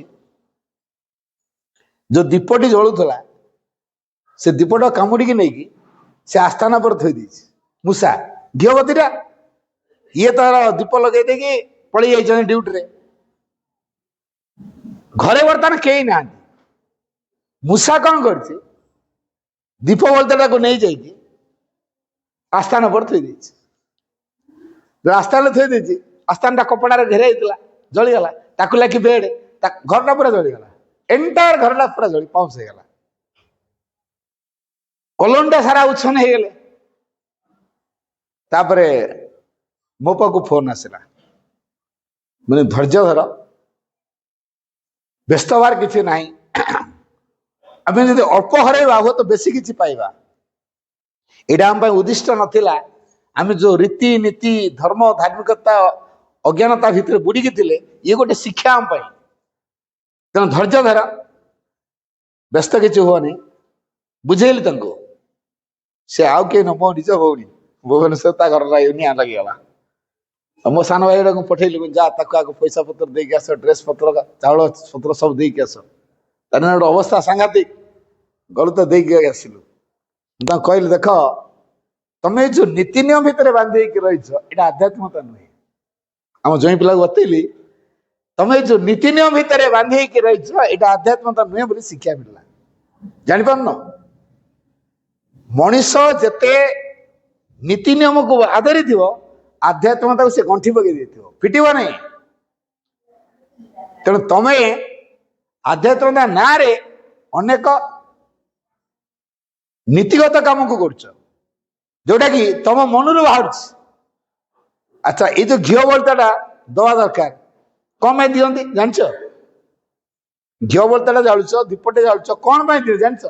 ତମେ କଣ କରୁଛ ଜାଣୁନ, କାହିଁକି କରୁଛ ଜାଣୁନ, କି ଭାବରେ କରୁଛ ଜାଣୁନ, କଣ ଆଧ୍ୟାତ୍ମିକତା ଗ୍ରହଣ କରୁଛ, କି ଦୀକ୍ଷା ତମେ ନେଇଛ, କୁଆଡେ ଗଲେ ତମ ସେ ଦୀକ୍ଷା ଲୋକ ମତେ କହିଲ, ମୁଁ ବତେଇବି ଟିକେ। ଥରେ ଗଲି, ତାଙ୍କ ରୀତିକୁ ପଚାରିଲି, ଏଇଆ ଶିଖେଇଛନ୍ତି? ପଚାରିଲି, ଏଇଆ ଶିଖେଇଛନ୍ତି ନା? କଣ ଏଇଟା? ମତେ ତାର କାରଣ ବତେଇଲେ। କଣ ପାଇଁ ଏତେ ସବୁ ନୀତି ନିୟମ, ଅନ୍ୟ ବାସନରେ ଖାଇବନି, ଏମିତି ସବୁ କରିବନି, ଏଇଟା କଣ ଧନ୍ଦା? ଏଇଟା ଆଧ୍ୟାତ୍ମିକତା? ଲୋକଙ୍କୁ କାହିଁ ବେଷ୍ଟ କରୁଛ? ତାର ଯଦି ଆଦର ଗ୍ରହଣ କରିପାରୁଛି, ହୃଦୟରୁ ଯଦି ଆସିଲା, ଇଏ ମୋ ଭଗବାନ, ସେ ଫୁଲ ଦେଇପାରେ ନ ଦେଇପାରେ, ଧୂପ ଦେଇପାରେ ନ ଦେଇପାରେ, ଶ୍ରଦ୍ଧାରେ ତ ଡାକି ପାରିବ। ତାକୁ ଯାହା ଭଗବାନ ଦେଇଛନ୍ତି ସେଥିରେ ତ ସନ୍ତୁଷ୍ଟ ହେଇପାରିବ ନା? ପ୍ରତିଦିନ ଟଙ୍କା ରଖ, ସେ କୋଉଠୁ ଆଣିବ ଟଙ୍କା?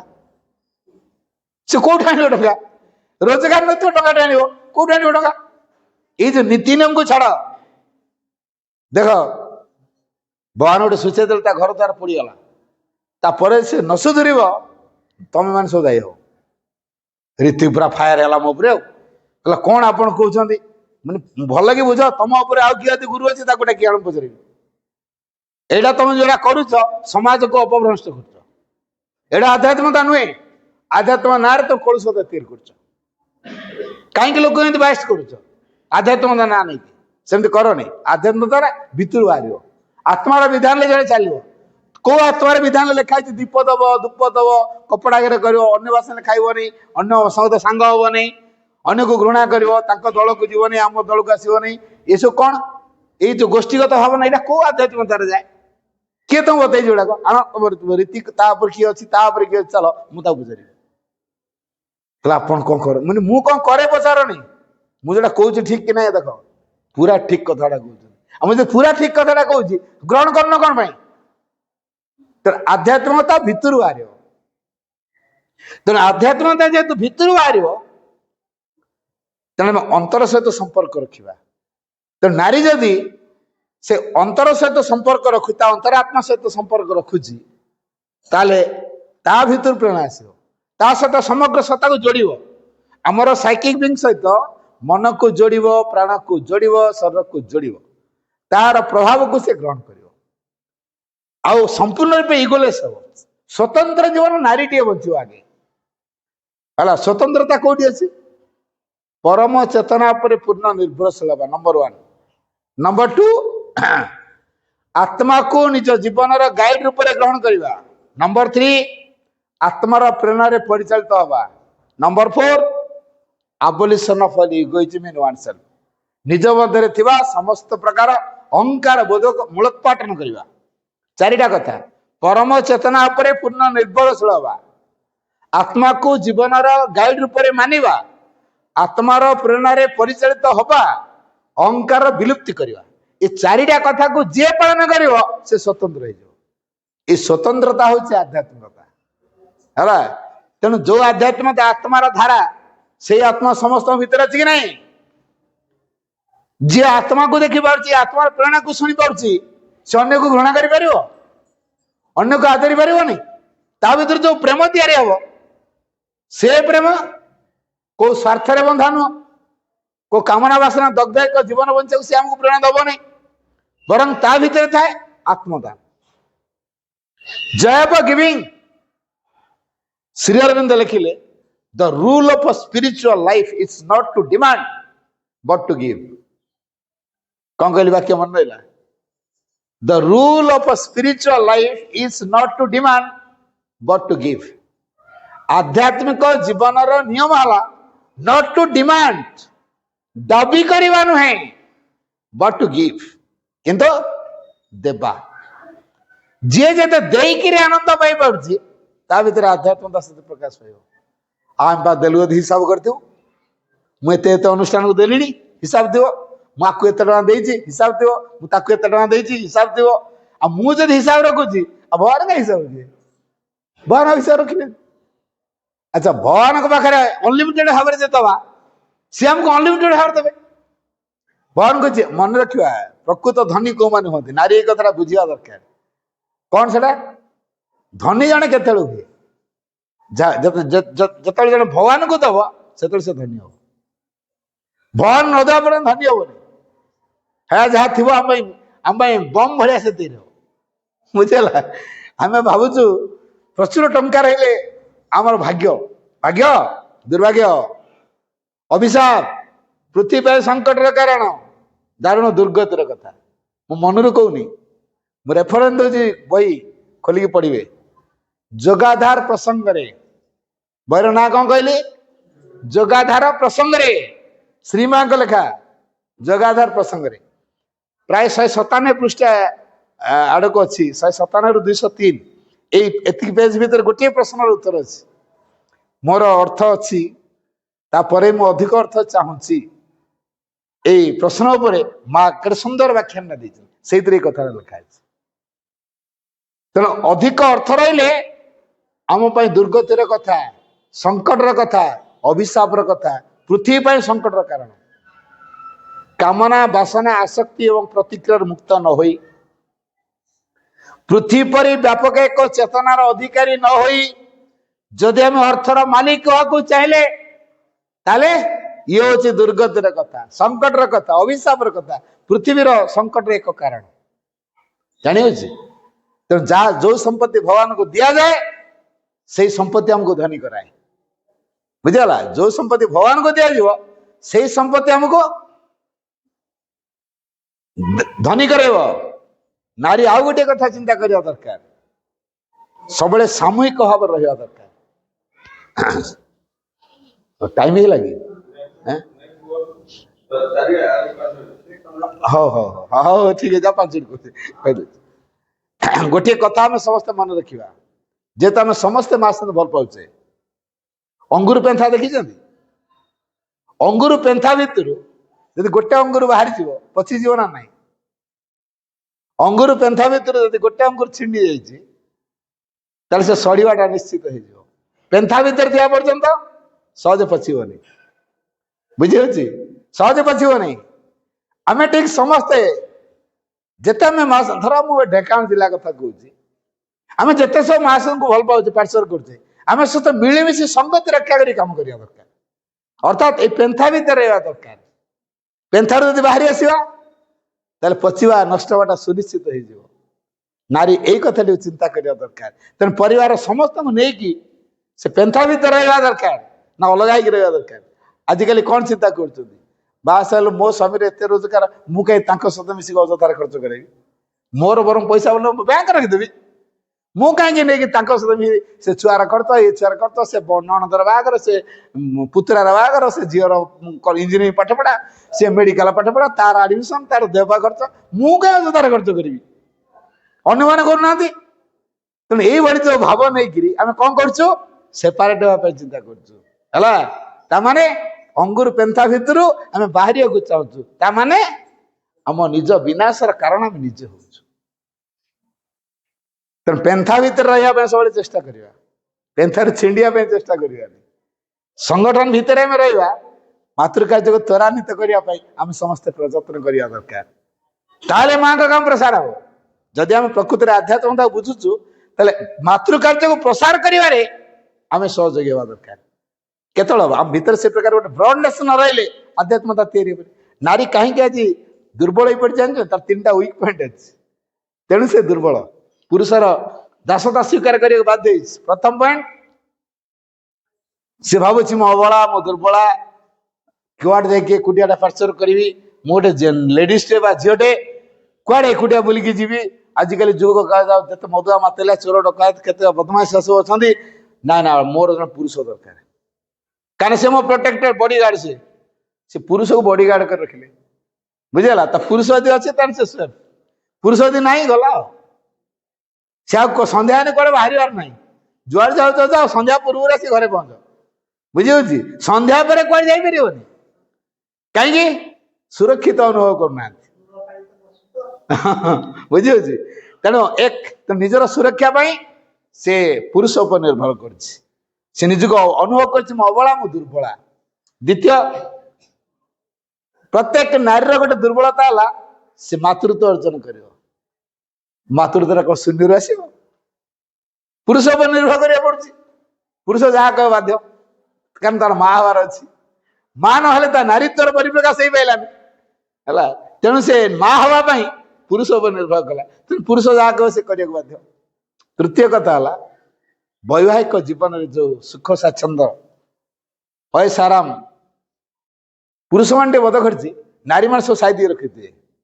ସେ ଏତେ ଖର୍ଚ୍ଚ କରିବେନି, କିନ୍ତୁ ତାଙ୍କର ସମ୍ପର୍କୀୟ ମାନଙ୍କୁ ଦେବାରେ ଫଟାଫଟ ବାହାରିବ। ହେଲା, ତାଙ୍କ ନାନୀ, ତା ଭିଣେଇ, ତାର ଆଉ କିଏ ଥିବେ, ତା ବାପା, ତା ମା, ଏଇଟା କଳକୁ ଫଟ ଫଟ ବାହାରେ। ଘର ଲୋକରେ ହେଟା ମୁଁ କଣ ଜାଣିବି କୋଉଠି ପଇସା ତମର ରୋଜଗାର କରୁଛ, ତମ ପାଖରେ ଥିବ ନା, ମୋ ପାଖରେ କୋଉଠି ଆସିବ? ବୁଝିହଉଛି? ସିଏ ବାହାରିବନି। କିନ୍ତୁ ଘର ଯଦି ସ୍ୱାମୀର କି ନିଜ ଛୁଆର କଣ ହେଲା, ସେ କହିଥିବ ମୁଁ ଏହାଠୁ 5,000 ଧାର ଆଣିଛି ଦବ, ତା ପାଖରୁ ଦେଇଥିବ, କିନ୍ତୁ କହିଥିବ କଣ ମୁଁ ସେ ଅମକ ଲୋକଠୁ ଆଣିଛି ଦବ। କେମିତି ତାଠୁ ମାନେ ନ କହିନି ସେ ଦେବେନି ନା। ତେଣୁ ୟା ନା ତା ନା ତା ନା କହିକି ସେ ଆଣିକି ଦେଇଥିବେ, କିନ୍ତୁ ମ୍ୟାନେଜ କରିଥିବେ। ଅର୍ଥାତ୍ ପରିବାରର ଜୀବନ ଭିତରେ ବେଶୀ ବ୍ୟାପୃତ ରହିବାକୁ ନାରୀ ମାନେ ଚାହାନ୍ତି। ପାରିବାରିକ ଜୀବନରେ ବେଶୀ ବ୍ୟାପୃତ ରହିବା ପାଇଁ ନାରୀ ମାନେ ଯେହେତୁ ଚାହାନ୍ତି, ତେଣୁ ପରିବାର ଘର କରିବା, ଟଙ୍କା ପଇସା ରଖିବା, ସାଇତି କରିବା, ଅନ୍ୟ କିଛି କରିବା, ବାହ୍ୟ ଜୀବନ ବିକାଶ କରିବା, ବୈବାହିକ ଜୀବନ ସୁଖ ସ୍ୱାଚ୍ଛନ୍ଦ୍ୟ ଚାହିଁବା, ଏଥିପାଇଁ ଅର୍ଥର ଆବଶ୍ୟକ। ଏ ଅର୍ଥ ପାଇଁ ସେ ପୁରୁଷ ଉପରେ ନିର୍ଭର କରେ। ଏ 3ଟା ଦୁର୍ବଳତା ପାଇଁ ସେ ପୁରୁଷ ପାଖରେ ଦାସତା ସ୍ୱୀକାର କରୁଛି। ଯେ ସେ ଆକୁ ଅତିକ୍ରମ କରିଯିବ तर पुरुष आ नारी इक्वाल हो आम जेहेतु माँ संग ग्रहण करचे आम भितर डिफरेन्स न रो से पुरुष मो नारी मो नारी से पुरुष we are all the children of the one and the same mother आम समस्त से एक ही माँ पिला यही बोध को नहीं आम बंचा आसतु माँ का कार्य निजको सामिल करवा अंगुर पेंथा भली एकाठी रहा के अलग हवा नहीं संगति रक्षा करवा सही शिखा आध्यात्मिकतार सब कथा को करवा आध्यात्मिकता आम जीवन असल निर्यास हो आ माँ आम भितर अच्छा आम चैत्य सत्ता सत्ता में संपर्क रखी चैत्य प्रेरणा द्वारा परिचालित हेले आम भितर आध्यात्मिकता कार्यकारी हम वंदे मातरम। हाँ कौन कौन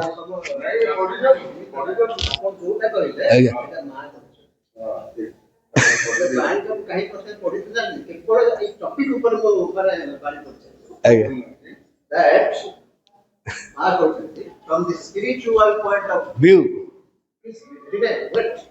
from the spiritual point of view, the men and women are equal in their capacity to realize the demand. The man is equal. Mother. आध्यात्मिक दृष्टिकोण को पुरुष एवं स्त्री समान all are equal in their capacity. समस्त समाज स्कंद समाज स्कंद यह है को मिलन यह है को जागरण यह है को प्रतिक्रिया यह हम अंतरात्मा है बहुत कथा कहते हैं आपण तो बहुत कथा कहिले औ ता परवर्ती काय मां गोटे कथा कहछन हां नहीं आपण नहीं आ गोटे कथा या कहछन हां तू कोन केबे तो निजको पुरुषटे की नारीटी बोली भूली जाई परिबनी तू गोटे क्रम बंदिष्णशील आत्मा बोली परिबनी करुणामयी माँ परम प्रभु श्री अरविंद मंचासीर जिला संगठिका कुनियपा सुदूर केन्दुझर आसीथिबा प्रिय अजय भाई मंचासीन दिव्य अफिप्स अपा भाई माने मोर सम्मुख भागरे थिबा विभिन्न स्थान आसीथिबा दिव्य अभिप्सु अपा भाई मानक मोर आंतरिक प्रणाम। जाहु प्रतिकूल पाग सत्वे एक निरवित तथा मधुमय परिवेश रे आज महिला श्री अरविंद पाठचक्र कामाख्यानगर कार्यक्रम शेष हवा जाउची शेष पर्याय आमे उपनीत सेथिपाई यह हूँ माँकर करुणा बा माँकर कृपा बिना किछि नुह बोली आमे भाबिबा तांकरी करुणारू आज यही स्थान रे सुरुखुरु रे कार्यक्रम समाप्त होगा जाउची सेथिपाई मु माँक निकट रे कृतज्ञता ज्ञापन करुछि। तापरे प्रथमे कार्यक्रम प्रथमे जिला संगठिका आमर प्रिय कुनियपा माँकर तीनोटी धारा बा तीनोटी स्वरूप बा तीनोटी स्थिति बोले आमे जहाँ भी कहवा संपर्क रे अति प्रांजल भाव चमत्कार भाव मु कहबी जे अपांकर प्रकृत में गभीर अध्ययन अच्छी जड़े व्यक्तिर व्यक्तित्व तार बाणी जना पड़े चमत्कार भाव आमको बुझाई अपा प्रथमे माँकर तीनोटी स्थिति बा स्वरूप जोड़ा कहे बा धारा ताले सत्तार तीनोटी धारा जहाँ कहे प्रथमे विश्वातीत रु आरंभ कले अपा कहले विश्वातीत ब्रह्म को पाखरे थांती प्रकृत रे विश्वातीत ब्रह्म को पाखरे थांती से जहाँ भावना करती ताहाकु कार्यकारी करती विश्वगत सत्ता माँकर से किछि करंतिनी से विश्वगत सत्ता ताकु कार्यकारी करती ଏ ବିଶ୍ୱଗତ ସତ୍ତା ପାଳନ କରନ୍ତି, ସଂହାର କରନ୍ତି, ଶେଷରେ ବିଲୟ ବି କରନ୍ତି। ତାପରେ ଅପା କହିଲେ ବ୍ୟଷ୍ଟିଗତ ସତ୍ତା ମାଙ୍କର ରୂପାନ୍ତରକାରିଣୀ ମା ଆମକୁ ବ୍ୟଷ୍ଟିଗତ ରୂପରେ ସତ୍ତାରେ ସ୍ୱରୂପରେ ଆମକୁ ଦର୍ଶନ ଦେଇଛନ୍ତି ଏବଂ ଆମର ଚେତନାକୁ, ଭାଇ ଏ ପ୍ରସଙ୍ଗରେ କହୁଥିଲେ ଯେ ଚେତନାକୁ ଉପରକୁ ଉପରକୁ ଉଠେଇ ନେବାରେ ସାହାଯ୍ୟ କରନ୍ତି। ଯଦି ଆମେ ଅଭିପ୍ସା, ଦିବ୍ୟ ଅଭିପ୍ସା କରୁଛେ, ଯଦି ଆମେ ଗ୍ରହଣଶୀଳ ହେଇଛେ, ସେ ଆମର ଚେତନାକୁ ଉପରକୁ ଉପରକୁ ଉଠେଇ ନେଉଛନ୍ତି। ମନର ଉପର ଚେତନା, ହାୟର ମାଇଣ୍ଡ ହଉ, ସେ ଆଲୋକିତ ମାନସ ହଉ, ବୁଦ୍ଧି ମାନସ ହଉ କି ଅଧିମାନସ ହଉ, ଶେଷରେ ଅତି ମାନସ ଆଡ଼କୁ ଉପରକୁ ଉପରକୁ ଉଠେଇ ଉଠେଇ ଆମକୁ ନେଉଛନ୍ତି ଯଦି ଆମେ ଦିବ୍ୟ ଅଭିପ୍ସା କରୁଛେ। ଶ୍ରୀ ଅରବିନ୍ଦ କହିଲେ ଯେ କୌଣସି ଯୁଗରେ ଏଭଳି ତିନୋଟି ସତ୍ତାଧାରୀ, ତିନୋଟି ସ୍ୱରୂପ, ତିନୋଟି ଧାରା ବା ତିନୋଟି ସ୍ଥିତିରେ କୌଣସି ଯୁଗରେ ମା ଭଗବତୀ ଜନନୀ ଏମିତି ଆବିର୍ଭୂତ ହେଇନଥିଲେ। ଏଇ ଯୁଗରେ ହିଁ ଆବିର୍ଭୂତ ହେଇଛନ୍ତି।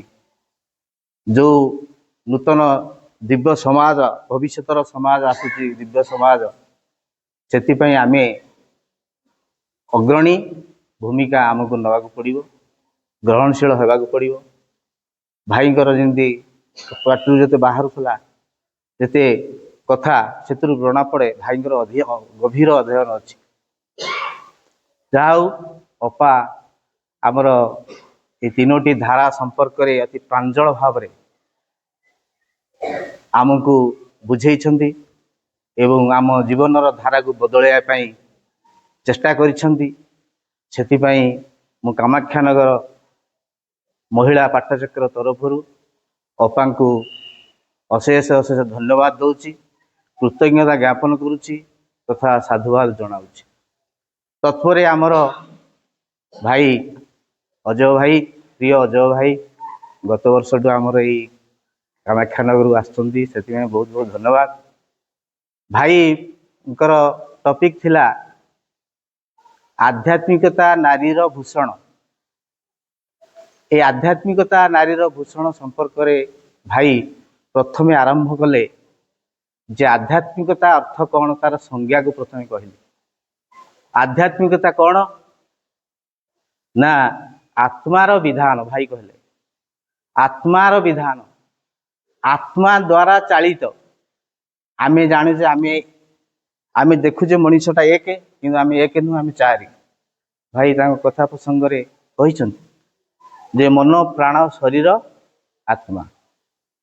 ତେଣୁ ଏଇ ଆତ୍ମା ଯେତେବେଳେ ମନ, ପ୍ରାଣ, ଶରୀରକୁ ଅଧିକାର କରିନେବ, ସେତେବେଳେ କ'ଣ ହବ ନା ଆମେ ଠିକ ଆଧ୍ୟାତ୍ମିକତା ଜୀବନ ନେଇ ବଞ୍ଚୁଛେ ବୋଲି ଭାବିବା। ଏଇ ମା ମାନେ ହେଉଛନ୍ତି ପ୍ରକୃତ ପ୍ରାଥମିକ ଅବସ୍ଥାରେ ଦିବ୍ୟ ସମାଜ, ଭବିଷ୍ୟତରେ ଯେଉଁ ଦିବ୍ୟ ସମାଜ ଆସୁଛି, ମା ମାନେ ହେଉଛନ୍ତି ପ୍ରକୃତ ସେ ସମାଜକୁ ରୂପ ଦେବେ। ସେମାନେ ହେଉଛନ୍ତି ପ୍ରକୃତ ରୂପକାର। ପ୍ରାଥମିକ ଅବସ୍ଥାରେ ସେମାନେ ହେଉଛନ୍ତି ପ୍ରକୃତ ରୂପ ଦେବେ ଏ ସମାଜକୁ, ଦିବ୍ୟ ସମାଜକୁ। ଗୋଟିଏ ଉଦାହରଣ ଦେବା, ଯେମିତି ଭୁବନେଶ୍ୱରରେ ଦେବୀ ନିଷ୍ଠାର ସହ ଶିବଙ୍କୁ ପୂଜା କରି ସେ ବିବେକାନନ୍ଦକୁ ଜନ୍ମ ଦେଇଥିଲେ। ସେ ଏମିତି ନିଷ୍ଠାର ସହ ପ୍ରାର୍ଥନା କଲେ ଯେ ଶିବ ତାଙ୍କୁ ଗୋଟିଏ ଆଧ୍ୟାତ୍ମବାଦୀ ବାଳକଟିଏ ଦେଲେ। ଯେଉଁ ବାଳକ ଭାରତର ସନାତନ ଧର୍ମ ବା ଆଧ୍ୟାତ୍ମିକତା କ'ଣ ସାରା ବିଶ୍ୱରେ ନେଇ ପରିଚିତ କରାଇଥିଲେ, ସେ ବିବେକାନନ୍ଦକୁ ଜନ୍ମ ଦେଇଥିଲା ଜଣେ ମା, ଭୁବନେଶ୍ୱରୀ ଦେବୀ। ସେ ମାତ୍ର 39 ବର୍ଷ ବଞ୍ଚିଛନ୍ତି, କିନ୍ତୁ ସେ 39 ବର୍ଷ ଭିତରେ ବିବେକାନନ୍ଦ ତାଙ୍କ ଜୀବନକୁ ସାର୍ଥକ କରିଛନ୍ତି। ଆଧ୍ୟାତ୍ମିକତା କ'ଣ ସେ ବୁଝେଇ ଦେଇ ଯାଇଛନ୍ତି। ଆଉ ଗୋଟିଏ ଉଦାହରଣ ନେବା, ଶଙ୍କରାଚାର୍ଯ୍ୟ, ମା ବିଶିଷ୍ଟା ଦେବୀ ଯଦି ନଥାନ୍ତେ, ଶଙ୍କରାଚାର୍ଯ୍ୟ ଭଳିଆ ଆଧ୍ୟାତ୍ମବାଦୀ ଜନ୍ମ ହେଇନଥାନ୍ତେ। ମାତ୍ର 32 ବର୍ଷ ବଞ୍ଚିଥିଲେ ଶଙ୍କରାଚାର୍ଯ୍ୟ, କିନ୍ତୁ ସେଇ 32 ବର୍ଷ ଭିତରେ ସେ ତାଙ୍କ ଜୀବନକୁ ସାର୍ଥକ କରିଦେଲେ ଏବଂ ଆଧ୍ୟାତ୍ମିକତା କ'ଣ ସେ ମଧ୍ୟ ବୁଝେଇ ଦେଇଗଲେ। ସେ ଅବଶ୍ୟ କହିଥିଲେ ବ୍ରହ୍ମ ସତ୍ୟ ଜଗତ ମିଥ୍ୟା, କିନ୍ତୁ ଶ୍ରୀ ଅରବିନ୍ଦ କହୁଛନ୍ତି ବ୍ରହ୍ମ ସତ୍ୟ ଜଗତ ବି ସତ୍ୟ। ଏ ଜଗତ ଯାହାକୁ ଦେଖୁଛେ ଏଇଟା କିନ୍ତୁ ଅସତ୍ୟ ହବ, ତେଣୁ ବ୍ରହ୍ମ ସତ୍ୟ ଜଗତ ବି ସତ୍ୟ। ତାହେଲେ ଏଇଭଳି ଭୁବନେଶ୍ୱରୀ ଦେବୀଙ୍କୁ ଏ ସମାଜ ଖୋଜୁଛି, ବିଶିଷ୍ଟା ଦେବୀକୁ ଏ ସମାଜ ଖୋଜୁଛି, ଯେ ଯେଉଁ ଦିବ୍ୟ ସମାଜ ଆସୁଛି ତମେ ମାନେ ଅଗ୍ରଣୀ ଭୂମିକା ନେବ। ମାନେ ଏଇ ମା ମାନଙ୍କ ଭିତରୁ ବିଶିଷ୍ଟା ଦେବୀ ବାହାରିବେ, ଏଇ ମା ମାନଙ୍କ ଭିତରୁ ଭୁବନେଶ୍ୱରୀ ଦେବୀ ବାହାରିବେ, ଯେଉଁମାନେ କି ବିବେକାନନ୍ଦ ଭଳି ଏବଂ ଶଙ୍କରାଚାର୍ଯ୍ୟ ଭଳି ଦିବ୍ୟ ଆତ୍ମନ୍ ମାନଙ୍କୁ ଜନ୍ମ ଦେବେ। ତେଣୁ ଏ ସମାଜ ଆପଣଙ୍କୁ ଖୋଜୁଛି। ତେଣୁ ଆପଣଙ୍କ ଭିତରୁ ପ୍ରଚଣ୍ଡ ଶକ୍ତି ରହିଛି, ପ୍ରଚଣ୍ଡ ଶକ୍ତି ପୁରୀ ରହିଛି। ସେ ଶକ୍ତିକୁ ଜାଗରଣ କରିବାକୁ, ମାତୃଶକ୍ତିକୁ ଜାଗରଣ କରିବାକୁ ପଡ଼ିବ। ଭାଇ ତ କେତେ କଥା କହିଛନ୍ତି ଯେ ନିଷ୍ଠାର ସହିତ ପାଠଶେଖର କଲେ କିପରି ଆମେ ଆଧ୍ୟାତ୍ମିକ ଜୀବନ ନେଇ ବଞ୍ଚିବା, ଗୋଟେ ଉଦାହରଣ ଦେଇ ଭାଇ କହୁଥିଲେ। ଯାହା ହଉ ଭାଇ ପ୍ରାଞ୍ଜଳ ଭାବରେ ଆମକୁ ବହୁ ଦୂରରୁ ଆସି ପ୍ରତିକୂଳ ପରିବେଶରେ ମଧ୍ୟ ଆସି ଆମକୁ ଆଧ୍ୟାତ୍ମିକତା ନାରୀର ଭୂଷଣ ସମ୍ପର୍କରେ ଅତି ଚମତ୍କାର ଭାବରେ ଆମକୁ ବୁଝେଇ ଦେଇଥିବାରୁ ଆମେ ଭାଇଙ୍କୁ ଆମେ ଧନ୍ୟବାଦ ଅର୍ପଣ କରୁଛୁ, କୃତଜ୍ଞତା ଜ୍ଞାପନ କରୁଛୁ, ସାଧୁବାଦ ଜଣାଉଛୁ। ଯେତେବେଳେ ଆମେ ଆପଣମାନଙ୍କୁ ଡାକିବୁ, ଆପଣମାନେ ସମସ୍ତେ ଆମକୁ ଏଇଭଳି ଟିକେ ସାହାଯ୍ୟ ସହଯୋଗ କରିବେ ଏବଂ ଦ୍ୱିପଦ ମାଙ୍କ ବିଷୟରେ କହିବେ। ଆଉ ତା ପରବର୍ତ୍ତୀ କାର୍ଯ୍ୟକ୍ରମ ଅପାଙ୍କୁ କହିବି, ସେ ଆଗେଇ ଦେବେ। ଧନ୍ୟବାଦ। ଆଉ ସମସ୍ତଙ୍କୁ ମଧ୍ୟ ବହୁତ ବହୁତ ଧନ୍ୟବାଦ।